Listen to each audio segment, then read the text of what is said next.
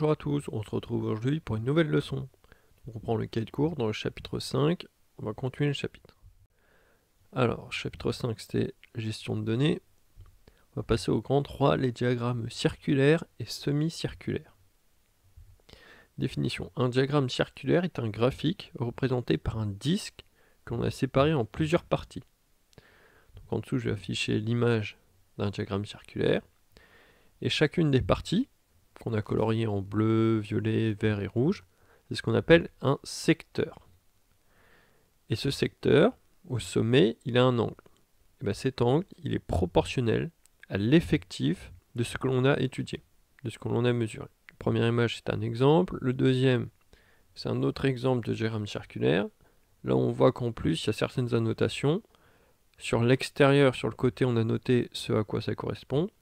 Et à l'intérieur, on a noté des pourcentages.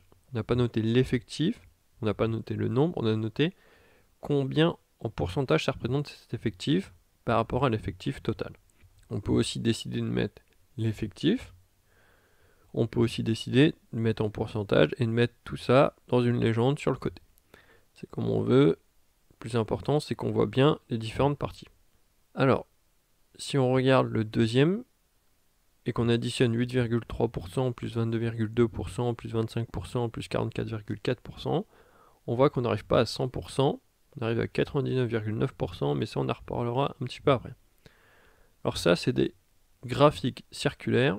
Parfois on parle aussi de camembert. Bon, j'aime un peu moins le nom, mais parfois on peut voir cette dénomination.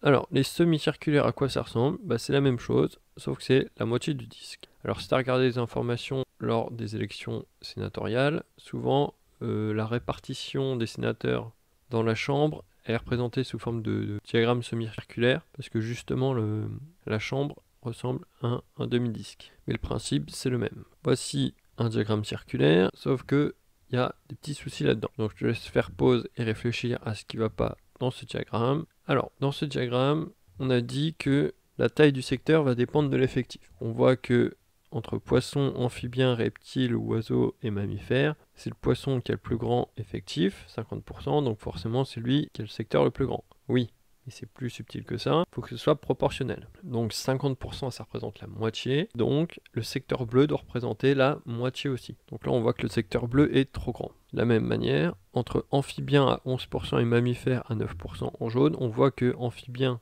11% c'est plus grand que mammifères 9%, pourtant le secteur jaune est plus grand que le secteur orange. Là ça va pas, le secteur jaune est trop grand. Les angles au sommet de chaque secteur, ça doit être proportionnel à l'effectif. Il faut toujours faire attention à ça. Voici un diagramme circulaire qui correspondrait mieux à la situation. Deuxième graphique, alors c'est une infographie, on lit Jean-Luc Mélenchon est-il attaché aux valeurs démocratiques? Bon, la question politique, on ne s'intéresse pas à ça. Ce qui nous intéresse, c'est le graphique présenté par BFM TV. Donc on voit qu'il y a 44% des gens qui ont répondu oui et 66% des gens qui ont répondu non. Pareil, je te laisse réfléchir à ce qui ne va pas. Tu peux faire pause. Alors, la totalité des gens, tout le monde, ça représente 100%. Donc la somme de tous les pourcentages, ça doit faire 100%. Là, 44% plus 66%, ça fait 110%. Il y a un souci. Le graphique, niveau de la forme, il est plutôt bon. C'est sur les annotations qu'il faut faire attention. Donc ce serait plus 44% et 56%. Donc quand on a un graphique, on fait attention au secteur et à ce qu'on note à côté, soit en légende, soit à l'intérieur. Alors maintenant, on va s'intéresser à comment on trace justement un graphique comme ça. Donc on va reprendre l'exemple qu'on a fait de la dernière fois avec les tableaux.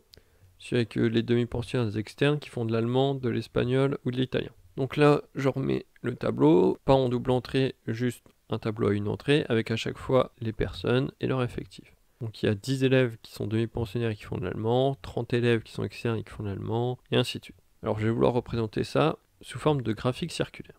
Donc pour ça, j'ai besoin de savoir quel angle je vais attribuer à chaque secteur. Il faut que je rajoute une ligne angle exprimée en degrés. Et on a dit tout au début du cours que c'est proportionnel. Donc ça, ce qu'on a là, c'est un tableau de proportionnalité. Donc on se rappelle ce qu'on a fait dans le chapitre sur proportionnalité, comment on remplit un tableau. Donc là on a un problème, on ne peut pas utiliser la méthode avec l'addition, on ne peut pas utiliser la méthode avec la multiplication, et le coefficient de proportionnalité n'est pas donné. Pour ceux qui ont vu l'égalité des produits en croix, je ne peux pas trouver deux colonnes avec trois informations. Donc là on a un souci, on est bloqué. Donc il va falloir rajouter des informations. Alors on a une information qu'on connaît, qu'on peut connaître, c'est le total. Donc je peux calculer l'effectif total avec une addition, 10 plus 30 plus 70 plus 10 plus 50 plus 30, ça fait 200. Et je sais quel angle j'attribue à la totalité. Tout le monde, tout, 100%, ça représente un disque en entier. Et l'angle, c'est 360 degrés. Et avec ça, je vais pouvoir calculer le coefficient de proportionnalité. Alors, le coefficient de proportionnalité, c'est le nombre qui me permet de passer de la ligne du haut à la ligne du bas.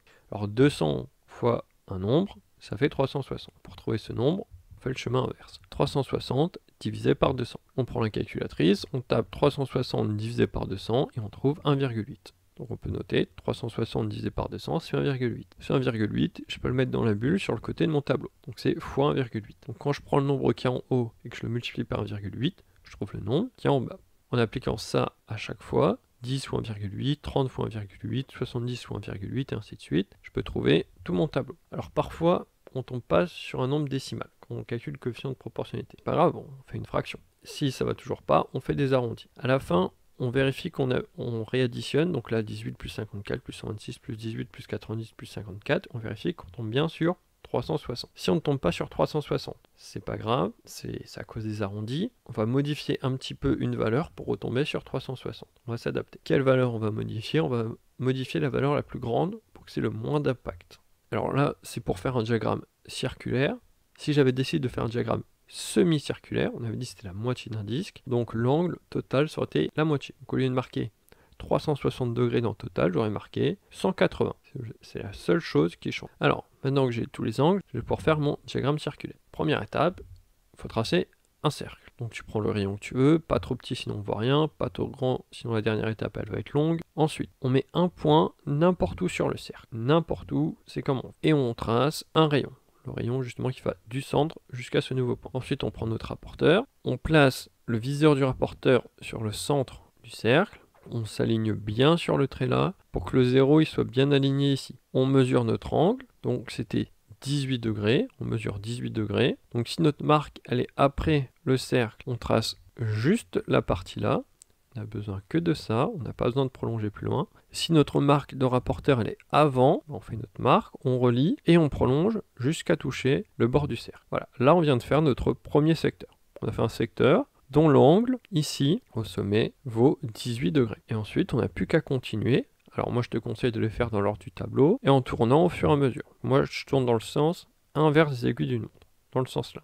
Donc là, j'ai fait mon premier angle de 18 degrés. Ensuite, il va falloir que je mesure un angle de 54 degrés. Donc, je mets mon viseur de rapporteur ici. J'aligne mon 0 bien sur cette ligne-là. Et je mesure 54 degrés. Et je trace mon segment. Donc, j'ai fait un deuxième secteur dont l'angle au sommet mesure 54 degrés. Et je continue au fur et à mesure. Je fais ça proprement. Je mesure, je trace. Je mesure, je trace. Je mesure, je trace. Au moment où je trace le secteur là, je trace le trait. Et le dernier secteur apparaît tout seul. Normalement, l'angle qu'il y a ici, c'est le bon angle. Alors je le mesure quand même pour vérifier si j'ai été assez précis. Si je tombe tout pile sur la bonne mesure d'angle, c'est que j'ai été assez précis. S'il y a un écart de 1 ou 2 degrés, c'est que j'ai pas été assez précis, mais on va tolérer. Si c'est supérieur à 2 degrés, on va considérer que tu n'as pas été assez précis. Une fois que c'est fait, qu'on a tracé tous les secteurs, on peut les mettre en couleur. Ça, on verra mieux.